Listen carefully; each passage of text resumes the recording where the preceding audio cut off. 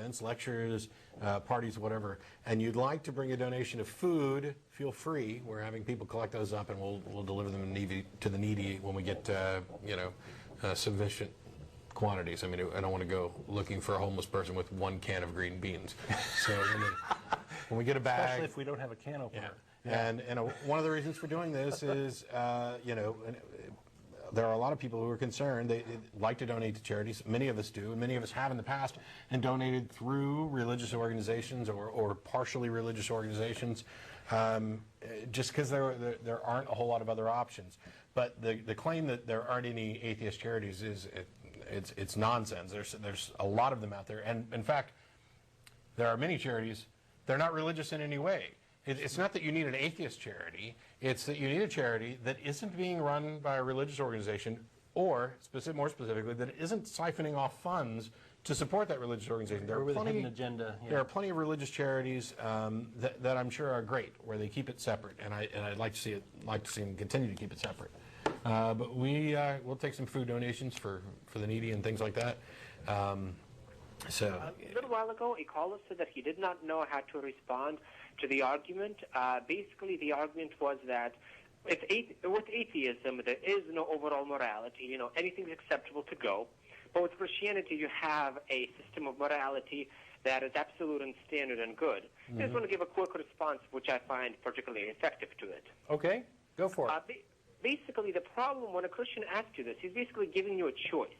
The choice is choose atheism, and you have no good morality, or choose Christianity, and suddenly you have this great set of morals. Yes, it's a The false dichotomy. problem is the world doesn't really work that way. Essentially, what you need to do is you have to realize God either does or he does not exist.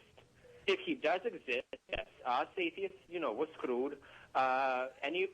We have no morals. Well, there actually exists a certain set of morals out in the universe, and we're going to hell anyway, so that's the least of our problems.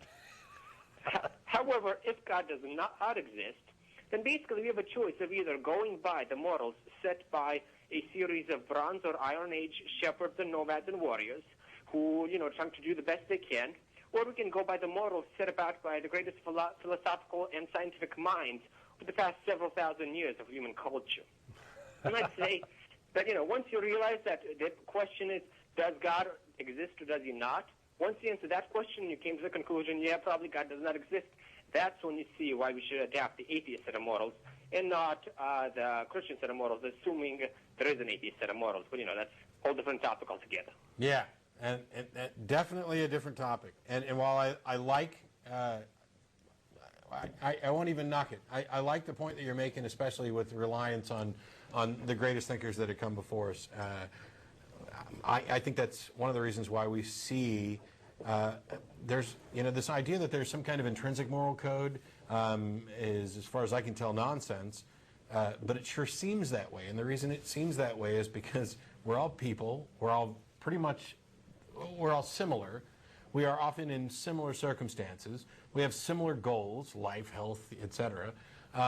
And so there are going to be similar solutions. And it shouldn't surprise anybody to find that I think it's bad for people to try and kill me. Why does that come as such a shock? And that to be able to extend that very, very simple thing of I'd rather people didn't kill me or steal my stuff, extend that out to other people and find others who agree and build a society that uses that as its system of rules, didn't take any divine guidance.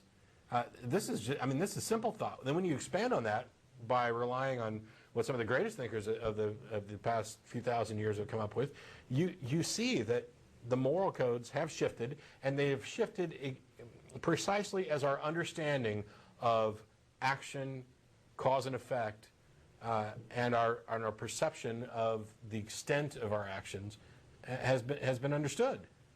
And I would add to that we're wired with a sense of empathy, so we can understand how it's going to feel to someone if I steal from you, if I harm you. It doesn't have to be an abstract thing. It can be something that we intuitively understand how other people feel, and our morality capitalizes on that very much. And another big thing to add to that is that nowadays, with morals, we understand what the point of morals is. It is specifically for the bettering of human society, the society in which we live. Back at the time when the biblical morals were written, they didn't actually have necessarily everyone thinking of the best way to improve society, but just coming up with how the world works. And by knowing exactly why we're making the moral codes, we can do a better I think job. we can probably do a better job. Yep, Exactly. absolutely. All right. Thanks a lot for the call, Yossi.